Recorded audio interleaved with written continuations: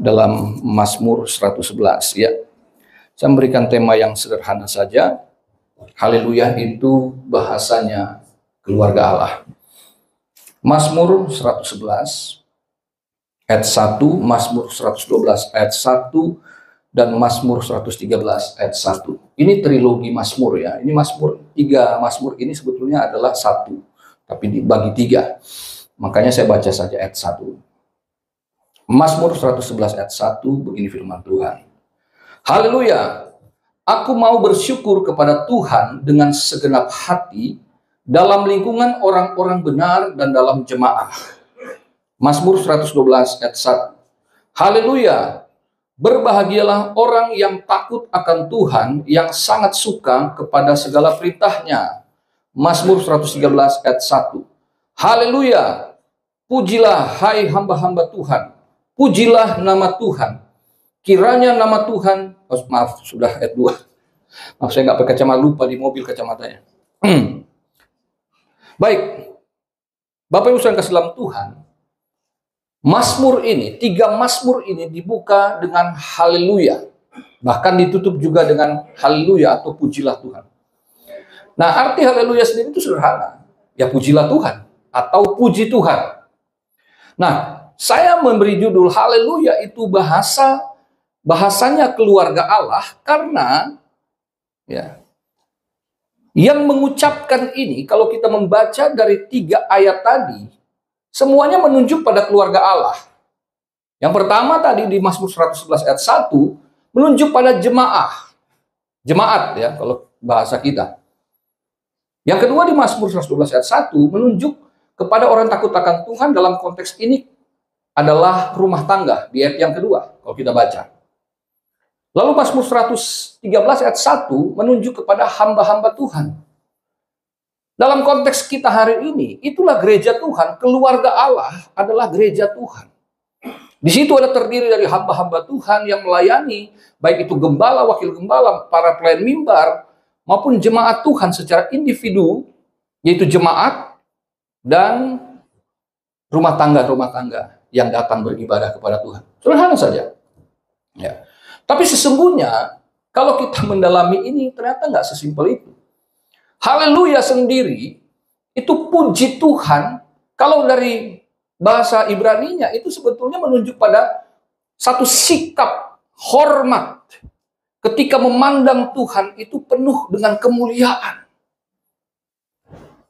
Jadi ketika orang menyebutkan haleluya, baik itu jemaat, hamba Tuhan, ataupun rumah tangga, maka kita tahu betul bahwa yang kita ucapkan itu tertujunya kepada Tuhan yang disembah.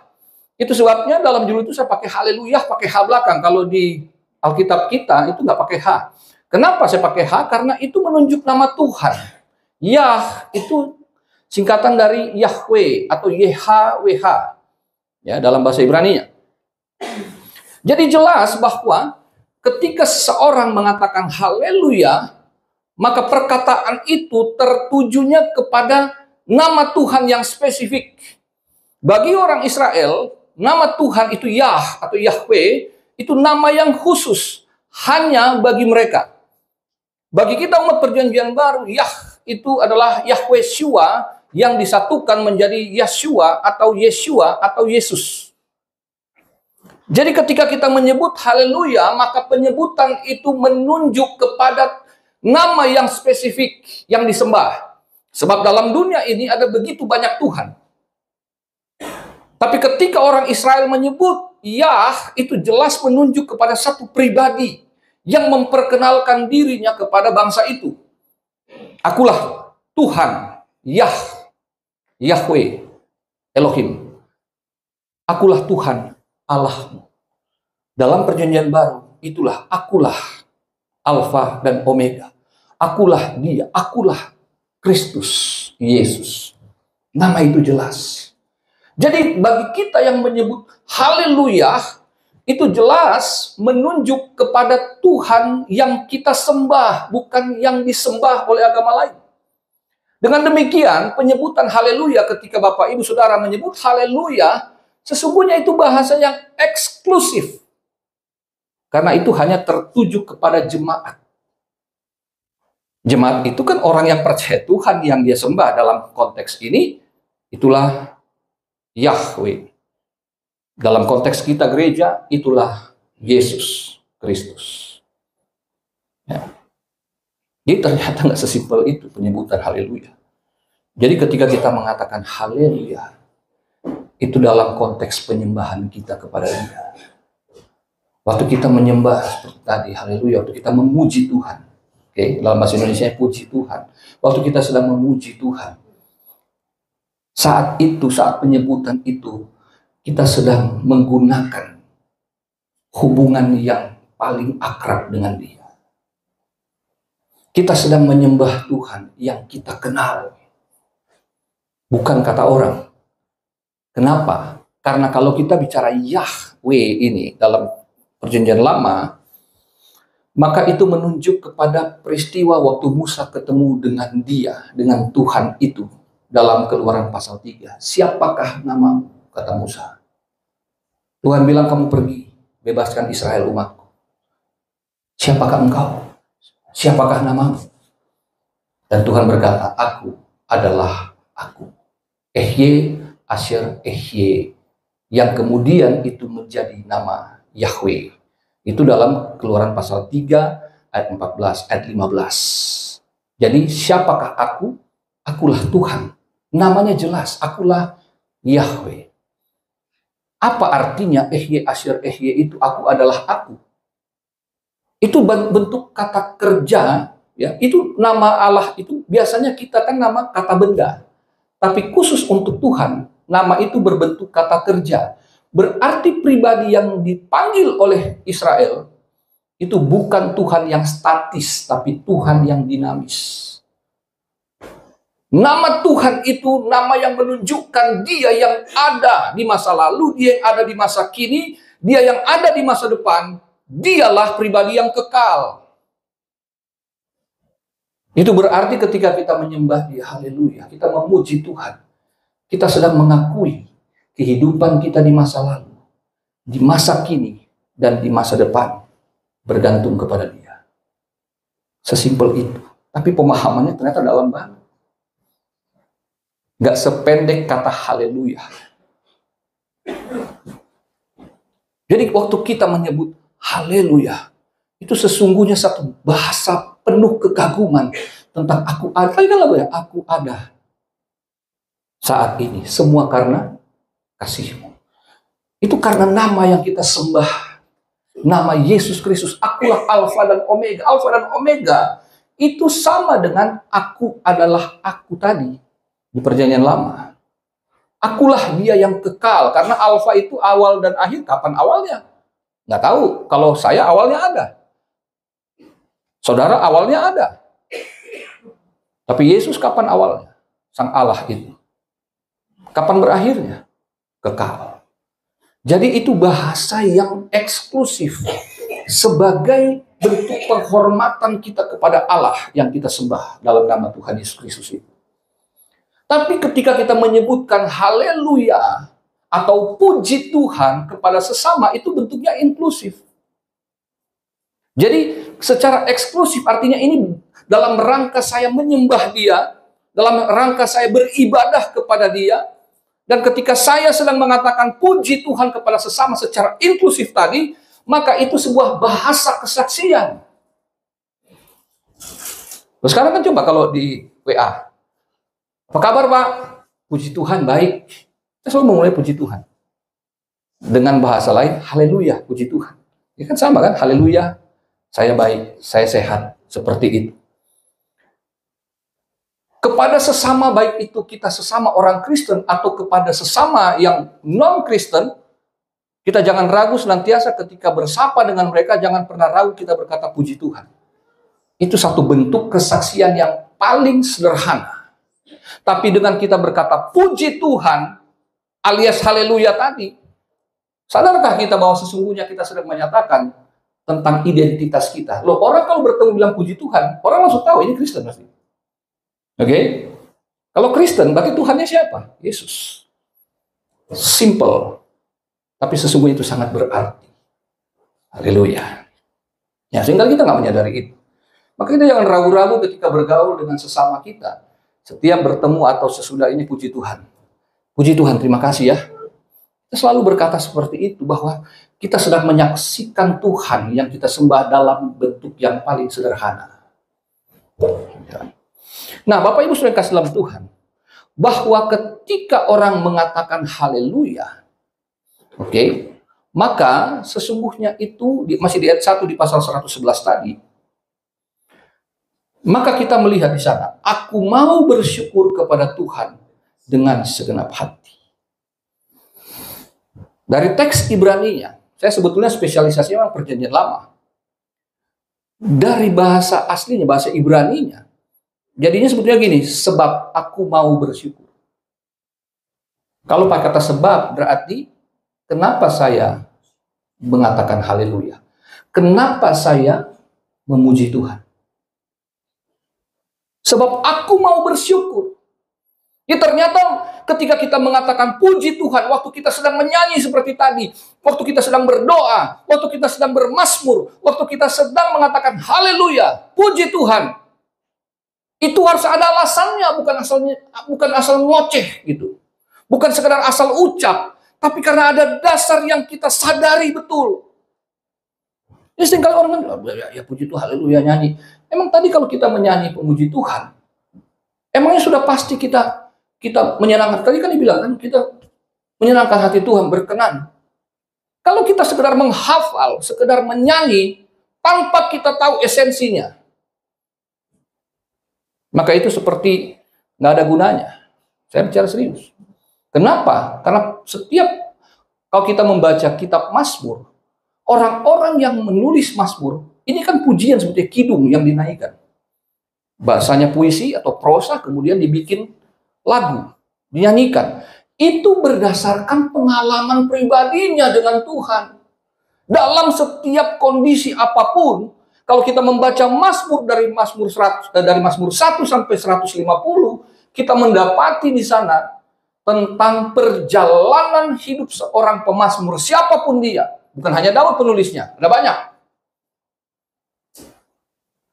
Bagaimana menceritakan tentang kebesaran Tuhan di tengah-tengah kehidupan mereka dalam segala situasi. Bukan hanya senangnya doang, tapi justru banyak dukanya. Mereka menyatakan keagungan Tuhan.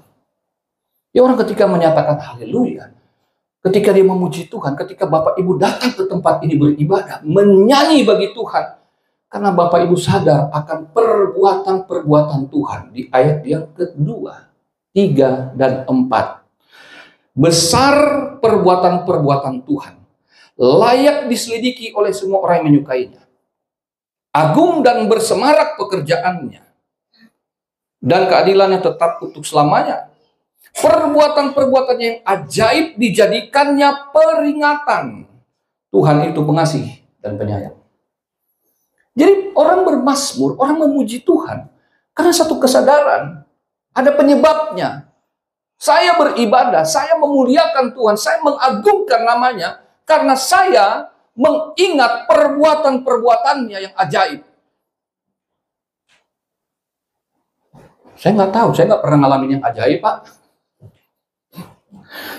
Karena ayat 2, ayat 3, ayat 4 itu, setiap perbuatan pekerjaannya yang ajaib dan besar itu menunjuk pada karya spektakulernya kepada Israel berupa mujizat-mujizat, khususnya yang pernah terjadi pada zaman Musa ketika ada di Mesir.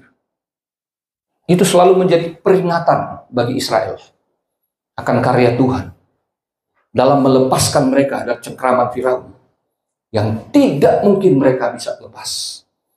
Pada saat mereka menyeberangi laut Teberau, pada saat mereka berjalan di padang gurun, berapa banyak mujizat yang Tuhan adakan. Itu diingatkan. Dan setiap mereka mengingat karya itu, mereka memuji Tuhan. Jadi setiap kita mengingat perbuatan Tuhan, maka dengan kesadaran itulah kita mengatakan haleluya. Penjelasannya nggak semudah judul ya. Nggak sesederhana itu. Nah, mujizat yang Tuhan lakukan, yang terbesar di perjanjian lama itu, belum sebanding dengan mujizat yang Yesus lakukan di Perjanjian Baru. Apa itu? When you and I experience salvation from sin that was and still is today, that's the greatest miracle. Mujizat terbesar Tuhan adalah karya salib keselamatan di dalam Kristus akan kematian dan kebangkitannya. Makanya dalam perjamuan kudus selalu disebut apa? Menjadi peringatan akan aku. Betul nggak? Yang diperingati Israel apa? Perbuatan Tuhan di masa lampau tentang keajaiban, mujizat yang Tuhan lakukan bagi Israel. Dan yang menjadi peringatan bagi kita umat Perjanjian Baru, itulah karya salib Kristus. Makanya waktu setiap kita memuji memuliakan Tuhan, tadi kan namanya nama Yesus yang disebut, Kristus yang disebut, peringatan akan Dia. Bahwa kita tuh bukan hanya menerima mujizat yang spektakuler, Bapak Ibu Saudara kasih dalam Tuhan. Mujizat yang diterima Israel tidak pernah ada bandingannya dalam Perjanjian Lama. Nggak pernah terjadi lagi setelah era Musa. Tidak pernah. Laut yang terbelah, air laut yang terbelah itu tidak bisa ditiru. Yosua hanya miniaturnya, hanya air sungai Yordan terbelah. Tidak sebanding dengan apa yang terjadi pada Musa. Tapi Yosua juga menjadi saksi mata itu. Waktu laut terbelah. Tapi itu belum apa-apa. Mengapa? Mujizat yang diterima Israel tidak membuat mereka bertobat sungguh-sungguh. Tidak membuat mereka menerima Tuhan sungguh-sungguh. Tidak membuat mereka setia sungguh-sungguh kepada Tuhan. Enggak. Jadi jangan pikir kalau kita minta mujizat terjadi, lalu kita pasti akan jadi lebih loyal kepada Tuhan, lebih setia. Belum tentu. Alkitab mencatat banyak peristiwa itu. Dalam kitab Keluaran, Imamat, Bilangan, Ulangan, berkali-kali peristiwa pemusnahan dari Tuhan atas umatnya. Gara-gara ketidaksetiaan mereka. Kurang mujizat apa? Terus kita masih mengharap mujizat terjadi seperti Israel. Allah, terlalu kecil Tuhan mengadakan itu. Karena kita syukurlah keselamatan kekal.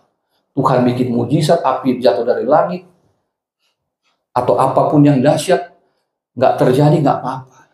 Karena kepastian keselamatan hidup yang kekal itu tidak pernah bisa diberikan oleh siapapun. Selain di dalam nama Yah itu, nama Yahweh, Shua, Yesus Kristus.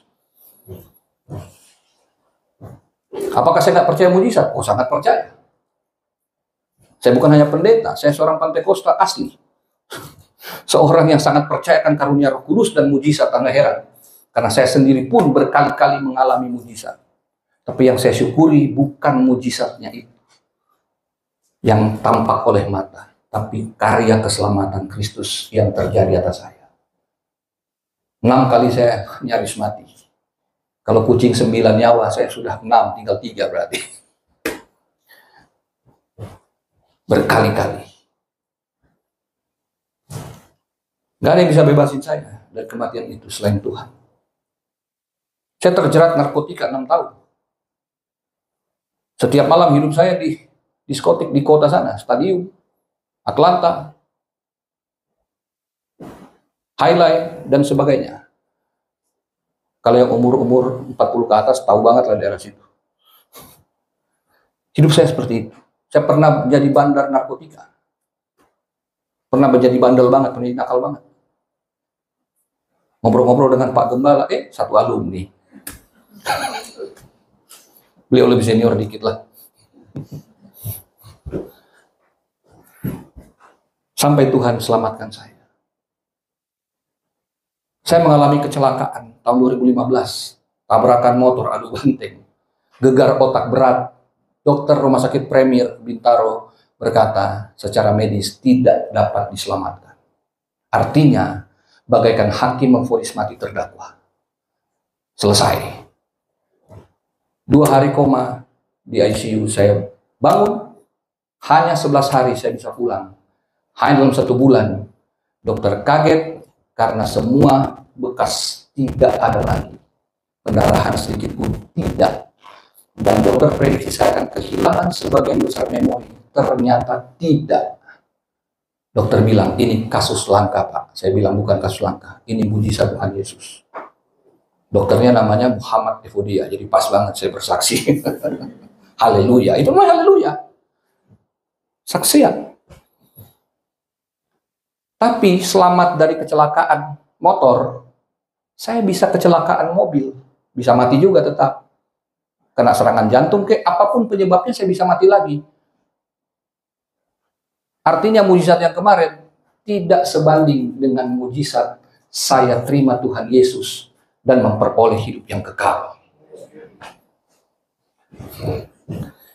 Saya kecil udah nyaris mati, berkali ketabrak ini, ketabrak itu. Heran juga kayak film gitu. Hidup saya. Tuh. Jadi kalau kita bicara tentang perbuatan-perbuatan Tuhan, dikasih mujizat yang hebat, yang tampak mata, syukur. Kalau enggak, ya nggak apa-apa. Memuji Tuhan. Bapak Ibu perhatikan. Kalau kita berkata haleluya, kita memuji Tuhan, ada dua hal yang bisa terjadi. Haleluya yang kita ucapkan karena keluh kesah kita. Itu Alkitabiah, karena Mazmur isinya juga keluh kesah. Ada 7 genre dalam Mazmur, tapi udahlah, nggak usah saya sebutin. Ada 7 genre, salah satunya itu Mazmur keluh kesah. Isinya ngeluh, menangis, meratap, memohon pertolongan Tuhan. Itu Alkitabiah. Itu benar. Kenapa benar? Wong kita umatnya, kita anak-anak Allah. Boleh dong nangis minta sama Bapak? Boleh dong. Yesus yang suruh. Tapi tahukah Bapak Ibu, ada satu hal yang lebih dari itu. Artinya kalau kita nangis, mengeluh, mengatakan haleluya dalam tangisan, itu benar. Tapi ada satu hal yang di atas itu yang lebih. Apa itu? Waktu kita mengatakan haleluya berupa persembahan pujian. Loh, kita bisa menangis bagi Tuhan, kepada Tuhan. Tuhan tolong saya, Tuhan selamatkan saya, Tuhan saya lagi susah, saya sakit dan sebagainya. Kalau mau menyanyi, pilih lagu lagi. Allah mengerti, Allah peduli segala persoalan. Ya kan? Wah, tambah jadi tuh tangisan kita. Dan itu tidak salah, itu benar. Tapi saya memilih yang lebih baik dari itu. Ketika saya dalam masalah, ketika saya banyak pergumulan, saya duduk di kaki Tuhan. Dan saya mulai naikkan pujian. Besar anugerah-Mu, melimpah kasih-Mu, semakin hari semakin bertambah. Besar anugerah-Mu. Padahal yang datang kepada saya masalahnya besar, tapi saya mengatakan Engkau lebih besar. Mengeluh Alkitabiah benar, tapi saya memilih untuk justru mengakui Dia lebih besar dari hasrat dan masalah saya sendiri.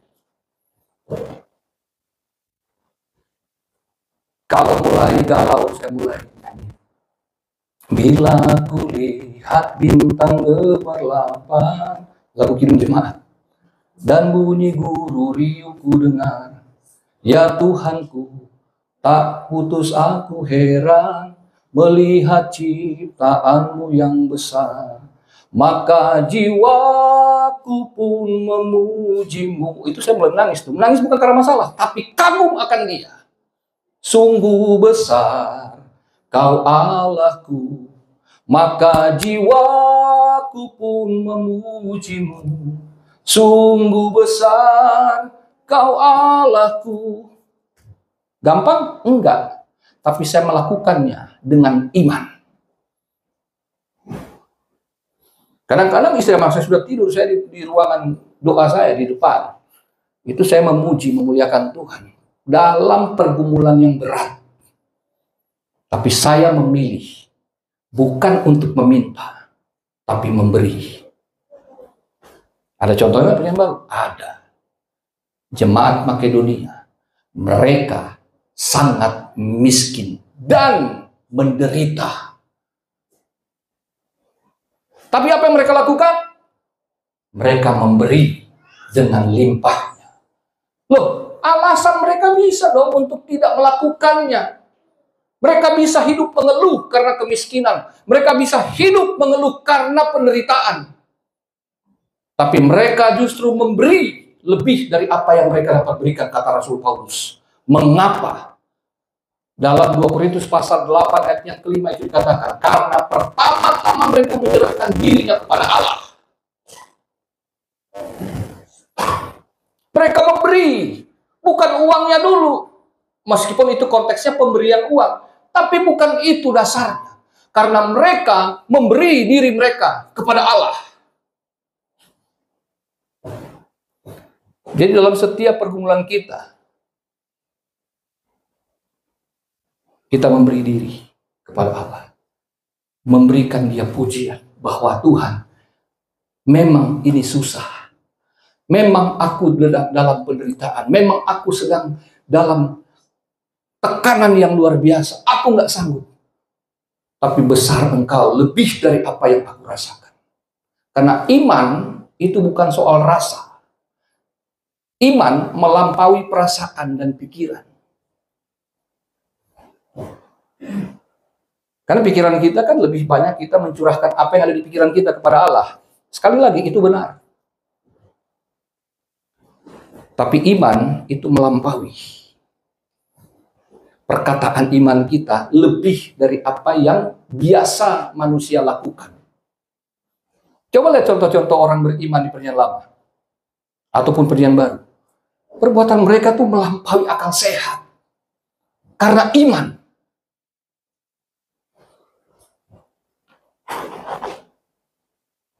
Abraham, bapak orang beriman, puncaknya kan dalam Kejadian pasal 22 ketika dia mempersembahkan Ishak. Gak masuk akal. Tapi dia lebih mempercayai Tuhan daripada pemberian Tuhan. Ishak pemberiannya kan? Pemberian Tuhan. Tapi ketika Tuhan minta, dia nggak pakai berdebat. Makanya ada teolog-teolog yang menafsir bahwa ya itu semalam-malaman mungkin Abraham bergumul. Gagal, kita nggak usah tambah-tambahin lah. Ayatnya mengatakan pagi-pagi benar ia bangun mempersiapkan segala sesuatunya. Nggak pakai berdebat dengan Tuhan. Kenapa begitu Tuhan? Itu tandanya bahwa dia lebih mempercayai Tuhan daripada dirinya sendiri. Nah, kita orang-orang yang mengatakan haleluya adalah orang-orang yang punya kualitas itu. Bahwa kita mengakui Dia lebih dari apa yang ada pada kita. Bahkan diri kita sendiri ini kan dikatakan sesungguhnya tidak ada harganya kalau bukan karena Kristus yang membeli kamu. Hidupku bukannya aku lagi, melainkan Kristus yang hidup di dalam aku. Berarti kitanya di mana? Nggak ada. Seperti itu. Nah, kita harus masuk dalam pemahaman gitu. Nggak hanya kita nyampe yang dalam tanda kutip, maaf itu receh-receh. Permohonan-permohonan receh. Tapi kita harus masuk dalam pemahaman seperti Rasul Paulus berkatakan, biarlah kehendakku, yang ku kehendaki ialah mengenal Engkau.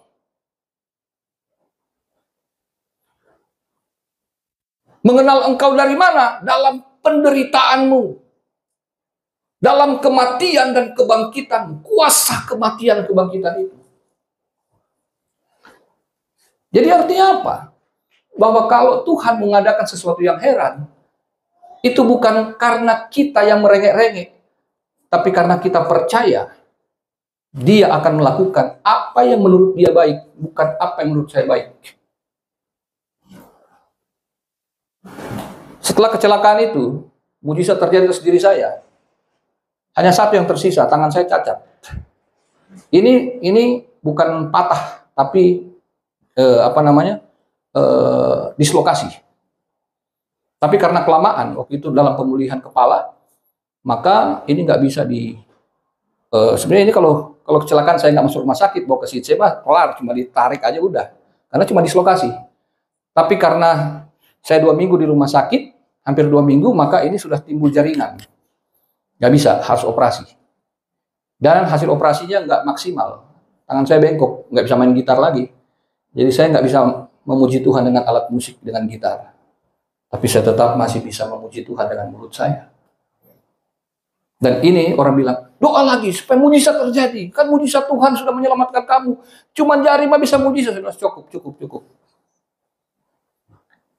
Karena tangan cacat nggak akan menghentikan saya untuk memuliakan Dia. Ada dalam iman, dengan iman. Saya bilang, iman saya sudah melampaui itu, bos.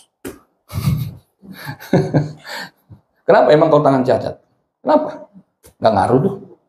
Tidak akan menghentikan saya untuk memuliakan Dia. Bapak Ibu perhatikan di sini. Bahwa ketika dikatakan tentang di Mazmur 112 ayat 1 itu, ya, dikatakan, haleluya, berbahagialah orang yang takut akan Tuhan, yang sangat suka kepada perintahnya.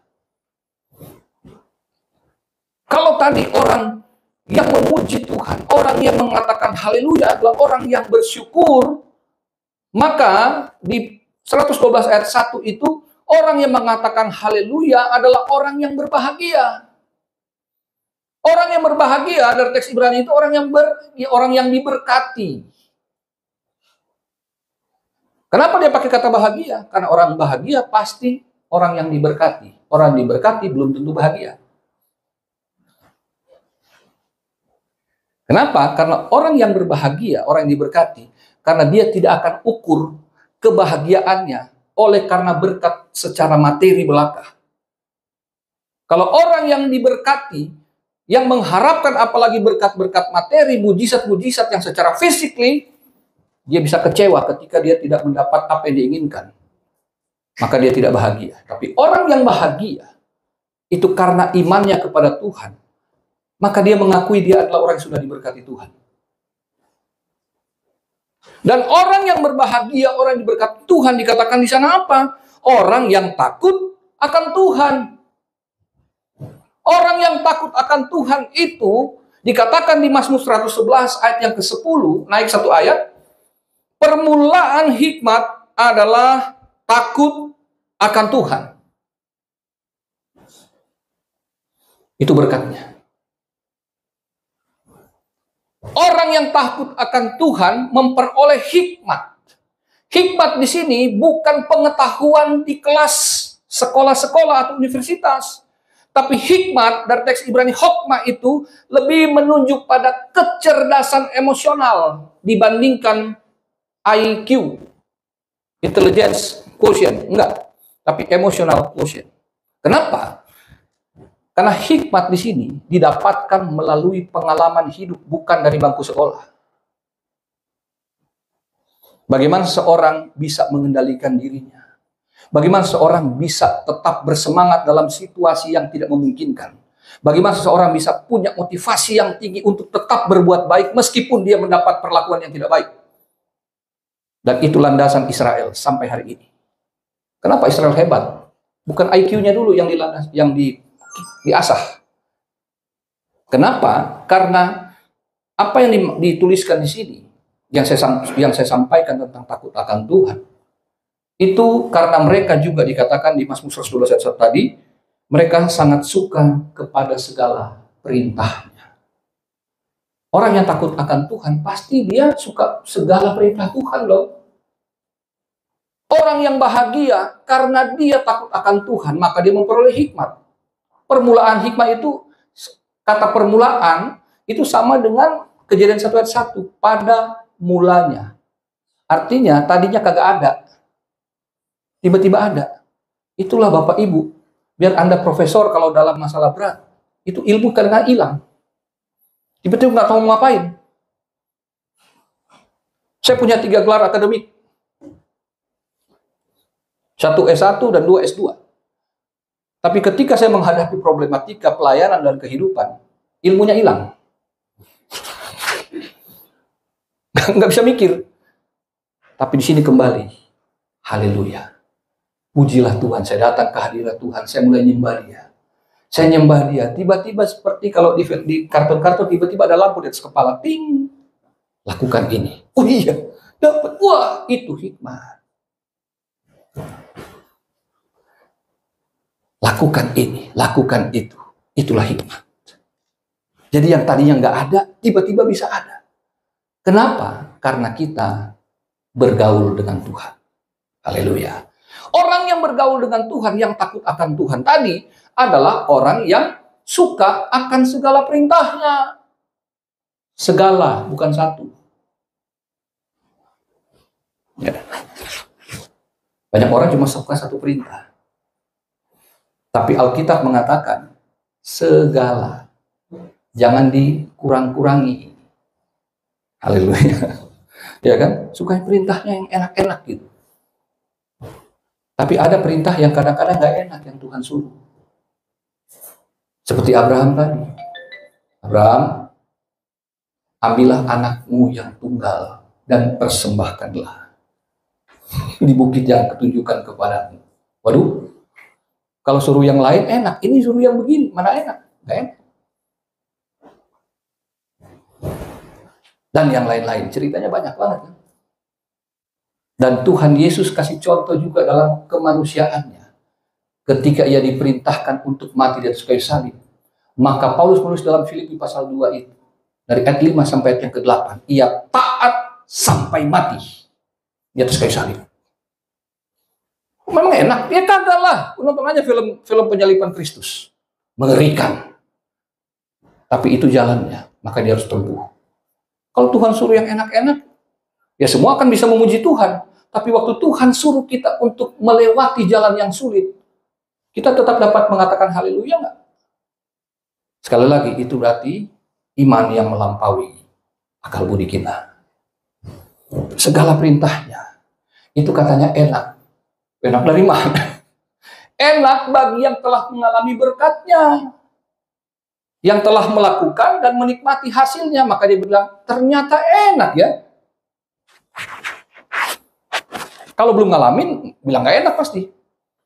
Jadi makanya Mazmur itu kan orang yang telah melewatinya, orang yang telah mengalaminya. Maka baru dia tulis, bukan yang belum. Dia sudah mengalami, maka dia tulis. Begitu. Haleluya. Mau lewat jalan yang enak? Mau dong. Tapi mau juga nggak lewat jalan yang nggak enak? Berat mengatakan amin itu. Wah, nanti Tuhan kasih beneran gimana nih? Ada lagu berkata, ujilah aku Tuhan. Ujilah aku Tuhan. Cobalah aku Tuhan. Jemaat berkata, saya paling takut Pak Gembala nyanyi lagu itu. Kenapa? Aduh, kalau Tuhan beneran uji saya nggak sanggup. Ya,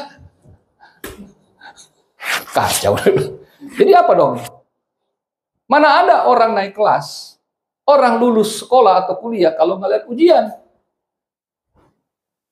Bapak Ibu akan dapat SIM tanpa ujian kalau nembak. Tapi prosedur yang benar, Anda harus ikut ujian. Baik tertulis maupun lapangannya, prakteknya. Betul? Mana ada hidup tanpa ujian? Nggak ada, semua harus lewat. Tapi karena itu perintah Tuhan, lakukan saja. Kenapa? Setiap Tuhan menyuruh kita melakukan, Ia pasti menyertai. Kadang-kadang kita berpikir kita sendirian di situ. Padahal Daud berkata, sekalipun aku dalam lembah kekelaman, aku tidak takut bahaya, sebab Engkau besertaku. Dia tahu itu mengerikan, tapi dia lebih percaya ada Tuhan di situ. Karena dalam nama Yesus termaktub nama itu, aku menyertai kamu, Immanuel. Jadi waktu kita percaya Yesus, Yesus bawa kita ke jalan salib, Yesusnya kemana? Yesusnya kemana? Ya bersama kita dong. Dalam rupa apa? Roh Kudusnya. Ia yang akan memberikan kamu pertolongan. Ia yang akan menghibur kamu. Ia yang akan mengingatkan kamu. Itulah Roh Kudus kita. Kenapa kita mesti khawatir dalam hidup ini? Melakukan firman Tuhan. Itu kalau kita bicara dalam konteks orang Israel memang berat. Taurat itu kemudian dibagi begitu banyak sampai 613 hukum. Tidak mungkin, mustahil kita lakukan. Tapi kemudian datang Tuhan Yesus meringkas semuanya itu. Segala firman itu cukup 2. Kasihi Tuhan Allahmu, kasih sesamamu. Bisa nggak? Bisa dong. Bisa dong. Sesimpel itu, maka kita pasti bahagia. Kadang-kadang kita lupa akan perintah yang kedua yang sama bobotnya dengan yang pertama, yaitu mengasihi sesama. Haleluya. Makanya ketika saya bilang tadi, waktu kita mengatakan haleluya, dalam bentuk eksklusif itu tentang kasih kita kepada Allah. Tapi waktu kita secara inklusif, itulah kasih kita kepada sesama. Kita mengatakan puji Tuhan.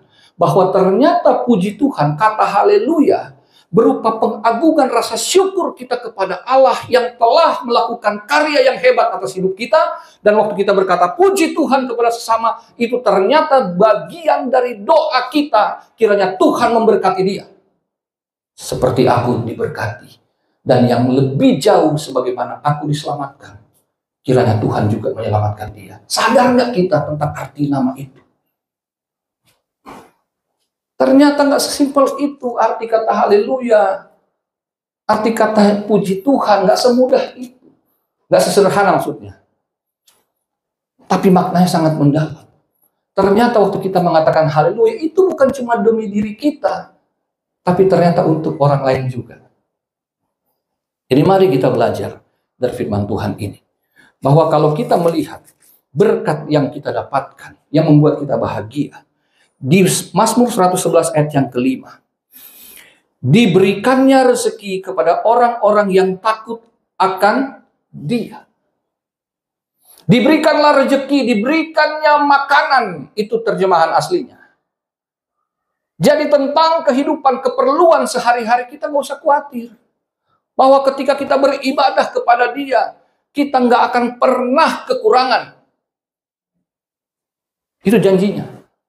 Orang yang takut akan Tuhan, dia mendapat hikmat untuk menyelesaikan masalah kehidupan. Dan orang yang takut akan Tuhan itu akan mendapat jaminan bagi kehidupannya. Makanya Yesus ulangi, jangan kamu khawatir akan hidupmu. Akan apa yang engkau makan, minum, dan pakai.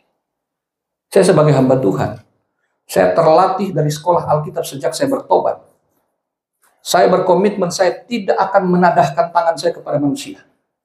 Saya akan hidup bergantung kepada Tuhan sepenuhnya. Saya melayani dari masih pengerja, dari masih staf pengembalaan, sampai saya jadi gembala. Sampai hari ini, tidak satu jemaat pun yang pernah saya tadahkan tangan.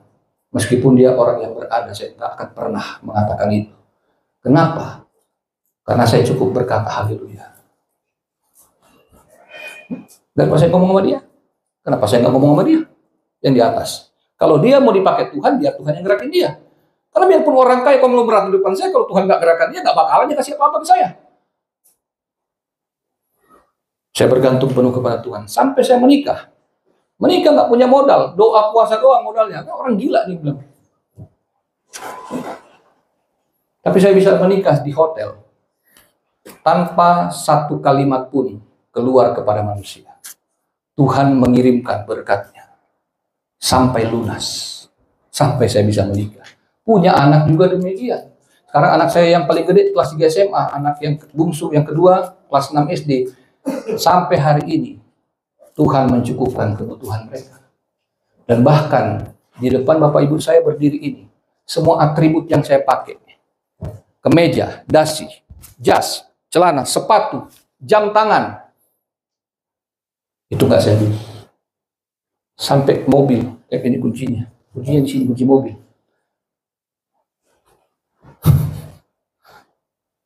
Dan saya nggak pernah pusing. Wah, teman saya pendeta udah punya gereja gede. Oh, teman saya pendeta udah punya mobil, punya rumah. Saya nggak peduli. Saya nggak pernah iri dengan mereka, karena saya tahu porsi saya aman bersama dengan Tuhan. Bahwa Tuhan tidak mungkin akan membiarkan saya. Hanya soal kebutuhan-kebutuhan. Yang terpenting keselamatan Tuhan sudah berikan. Masakan kebutuhan hidup saya sehari-hari Tuhan nggak kasih? Sesederhana itulah mikirnya. Dalam doa Bapa kami kan demikian. Sebelum doa Bapa kami dan sesudah doa Bapa kami, Tuhan Yesus berkata bahwa sebelum kamu mengatakannya, Bapa di sorga sudah tahu apa yang kamu butuhkan. Perintahnya apa? Sederhana. Carilah dahulu kerajaan Allah dan kebenarannya, maka semua itu akan ditambahkan. Ditambahkan bukan untuk dicari. Dia yang tambahkan, bukan saya nambah-nambahin, tapi dia yang menambahkan. Carilah dahulu, itu dari teks Yunaninya, itu bukan hanya carilah dahulu, tapi prioritaskan. Utamakanlah Tuhan secara terus-menerus. Jadi nggak sekali, bukan butuh doang, datang Tuhan, aku butuh. No. Setiap waktu, kapanpun, harus cari Tuhan lebih dulu. Maka semua ditambahkan. Berkat yang kedua, bagi rumah tangga kita, Mazmur 112 ayat yang kedua. Anak cucunya akan perkasa di bumi. Angkatan orang benar akan diberkati. Wow. Bukan hanya kebutuhan hidup, tapi Tuhan memberkati anak cucu kita. Saya menyaksikan banyak anak Tuhan yang orang tuanya tidak berpendidikan tinggi. Kayak jemaat tempat kami, seorang asisten rumah tangga, tapi anaknya bisa sarjana, bisa kerja bagus. Anak yang sukses, ibunya ya ampun, nggak tamat SMA, SMP pun mungkin nggak kelar, tapi anaknya bisa jadi vice president. Kenapa? Takut akan Tuhan. Jadi kita yang sekarang jangan lihat diri kita yang terbatas. Lihatlah Tuhan yang tak terbatas, yang mengasihi saya dan keluarga saya. Kalau saya saat ini belum tercapai apa yang saya pikirkan, maka saya percaya Tuhan akan memberikannya kepada anak-anak saya. Janji Tuhan kepada Abraham itu belum kepada Abraham finalnya, tapi kepada anak cucunya. Haleluya. Israel sampai hari ini hebat. Itu karena berkat Allah kepada Abraham. Abrahamnya belum punya negara Israel. Wong Israel kan nama Yakub, cucunya. Abraham belum menikmati seperti apa yang dinikmati oleh Israel hari ini. Tapi Abraham menikmati janji tentang datangnya Mesias. Penggenapannya bagi kita, Tuhan Yesus Kristus. Amin. Dan berkat yang berikutnya adalah di ayat yang ketiga, harta dan kekayaan ada dalam rumahnya. Aduh, enak banget kalau dengar begini. Harta dan kekayaan ada dalam rumahnya. Tapi itu berkat yang belakang. Tadi kan berkat yang kebutuhan utama, makan, minum, pakai kita. Lalu tentang anak-anak cucu kita diberkati, baru ada hartanya. Kalau kita lebih mikirin hartanya dulu, baru yang lain-lain. Tapi Tuhan selalu mengurutkan yang lebih tepat. Harta bisa diberikan, tapi bukan prioritas nomor satu. Amin. Haleluya. Lalu apa di situ? Di dalam gelap terbit terang bagi orang benar. Pengasih dan penyayang orang yang adil. Ayat 5. Mujur orang yang menaruh belas kasihan dan yang memberi pinjaman. Ayat yang ke-9. Ia membagi-bagikan. Ia memberikan kepada yang miskin. Jadi kenapa Tuhan memberikan berkat kekayaan? Supaya kita punya kemurahan hati seperti dia yang bisa membantu orang yang miskin. Jadi kadang-kadang kita lupa kalau kita diberkati itu buat saya. Itu hanya buat anak saya. Padahal Tuhan sudah berkati anak-anak kita, keluarga kita tanpa harta pun. Oke, mengerti ya? Jadi sebelum kita kaya pun, kita nggak punya harta pun, Tuhan sudah memberkati kita dan keluarga kita. Jadi kalau ada tambahan kekayaan, ingat, itu bukan untuk kita sendiri, tapi untuk dibagikan. Maka kita menjadi orang yang berbahagia. Haleluya. Saya melihat jemaat yang miskin di tempat kami. Kalau donasi Natal, kadang-kadang yang lebih mapan, itu kadang jadi malu. Makanya saya putuskan jangan diumumkan. Saya bilang sama bendahara, jangan diumumkan. Kasih aja japri aja masing-masing. Kenapa kalau diumumkan? Nanti malu yang lebih mampu dari si asisten rumah tangga. Nyumbangnya lebih gede. Bisa 2 kali lipat daripada yang kelihatan mapan. Kenapa? Karena dia punya kemurahan hati. Jadi kalau kita diberkati, please ingat, itu bukan hanya untuk kita. Tapi juga untuk menjadi berkat berkat kepada Abraham bukan hanya untuk dia, tapi Abraham diberkati untuk menjadi berkat bagi orang lain. Kiranya Tuhan memberkati kita semua.